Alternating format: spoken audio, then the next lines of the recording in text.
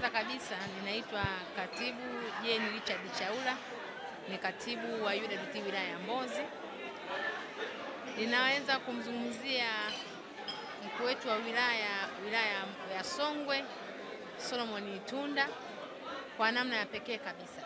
Kwanza, Solomon Itunda ni mwadilifu, ni mbunifu nje ya ukuu wake wa wilaya. Ni mtetezi wa wananchi, wa wanyonge, wajane, hususan sisi wanawake. Anatetea haki za watoto, haki za wanawake wanaonyanyasika. Lakini ninampongeza kwa tendo kubwa hili. Haijawahi tokea, imekuwa ni historia kwa kiongozi yoyote kwa kujali watu wake wa mkoa anaotoka. Ameweza kualika wananchi wote, sekta mbalimbali, ukianzia na sisi viongozi wa chama hajakisahau. Ni kwa sababu chama hajakisahau, kwa sababu anajua chama anasimamia ilani ya Chama cha Mapinduzi, na ndio maana ameanza na chama kwanza, baadaye akaanza na wananchi wote.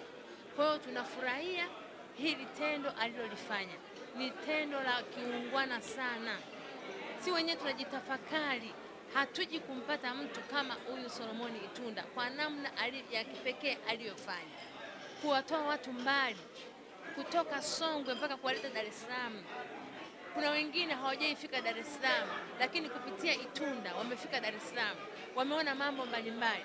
Kwa kweli tunajifunza kwa DC wetu Itunda. Mungu wa mbinguni ambariki sana, na tunamuombea. Kama mimi katibu wa wanawake, ninamuombea Bwana Yesu aliye juu, na kipindi hiki ambacho tumetoka kwenye kipindi cha Pasaka, Mungu aendelee kumimina damu yake katika maisha yake na maono alionayo, akamuwezeshe yakawe maradufu zaidi.